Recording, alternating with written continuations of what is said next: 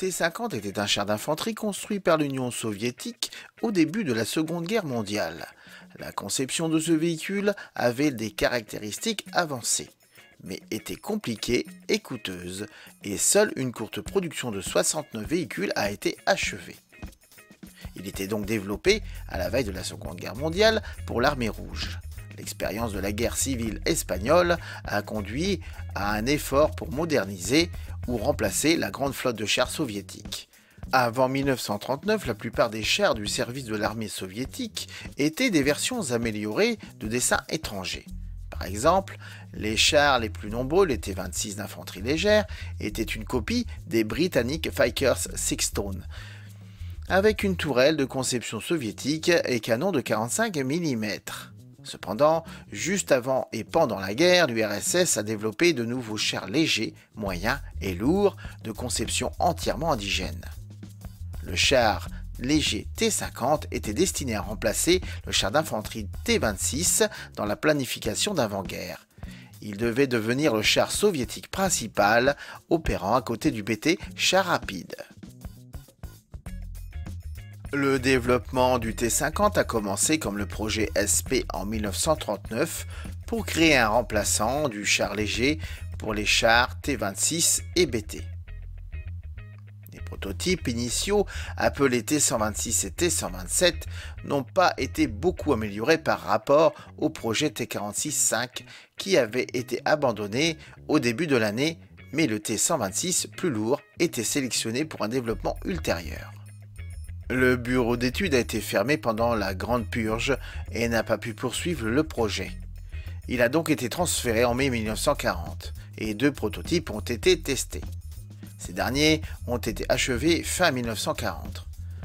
Après quelques modifications du projet, il était prêt à être livré en avril 1941 sous le nom de T-50. La production a ensuite été autorisée, mais en raison de problèmes techniques, elle n'a pas pu continuer.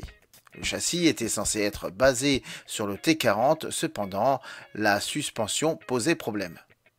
Entre-temps, un remplaçant des chars rapides BT a été développé et construit qui a dépassé son programme d'origine.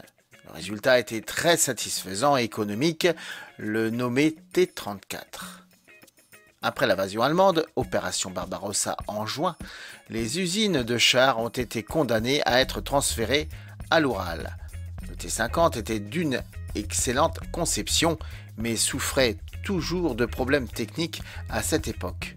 Il était aussi cher à produire que le T-34 plus performant.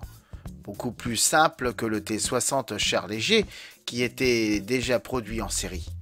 Au total, 69 chars T-50 ont été construits, seulement 48 d'entre eux armés, avant la fin de la production en janvier 1942. D'autres travaux de conception de chars d'infanterie sur un prototype appelé T-45 se sont poursuivis. Mais face à la nécessité d'accélérer la production du T-34 et en raison d'un manque d'intérêt des troupes sur le terrain, le concept de char d'infanterie soviétique a été abandonné. Le T-50 était une conception avancée pour l'époque, avec une suspension à barre de torsion, un moteur diesel, en commun avec tous les nouveaux chars soviétiques, et une armure bien inclinée et entièrement soudée. Une caractéristique notable était la coupole du commandant. Cela n'apparaîtrait pas sur d'autres chars soviétiques qu'en 1942, qui comptaient plutôt sur des périscopes panoramiques. Une rupture avec des chars légers soviétiques précédents. Il comptait une tourelle à 3, comme ce fut le cas sur les chars moyens et lourds tels que le T-28, le T-35 et le KV-1. De plus, tous les T-50 avaient des radios, une caractéristique qui ne se trouvait que sur le véhicule du commandant des chars légers antérieurs. Cependant, le T-50 a eu des problèmes avec sa centrale électrique, le nouveau moteur diesel de 6 cylindres en ligne V4 développé spécifiquement pour ce char, contrairement à d'autres AFV légers soviétiques qui utilisaient des moteurs de camions standards. Le T-60 et T-70 éclaireurs et Su-76 canon automoteur utilisaient des moteurs de camions gaz standards. Les moteurs spéciaux, plus chers à construire, étaient réservés aux véhicules plus performants. Le BT7, le T-34 KV1, IS-2, les chars lourds et leurs dérivés ont tous utilisé des variantes du même moteur diesel V2 standard à 12 cylindres. Le moteur V4 était extrêmement peu fiable et les défauts de conception n'ont pas pu être résolus. La faible fiabilité et les coûts élevés du moteur ont contribué à la disparition du T-50.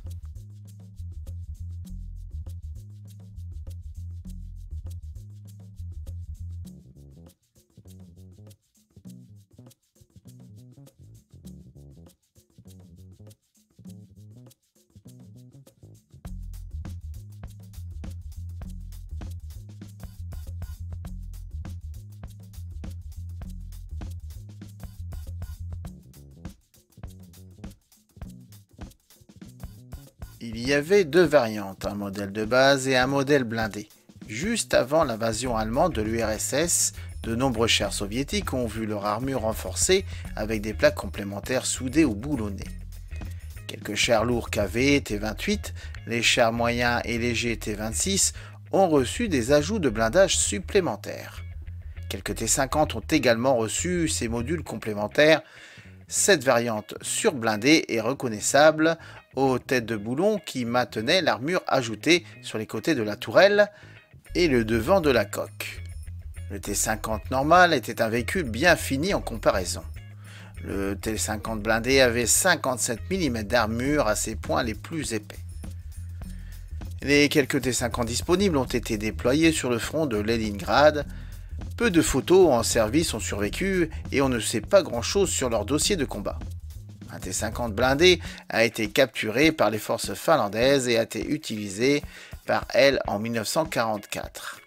Cette unité a survécu à la guerre et est maintenant exposée au musée des chars Parola.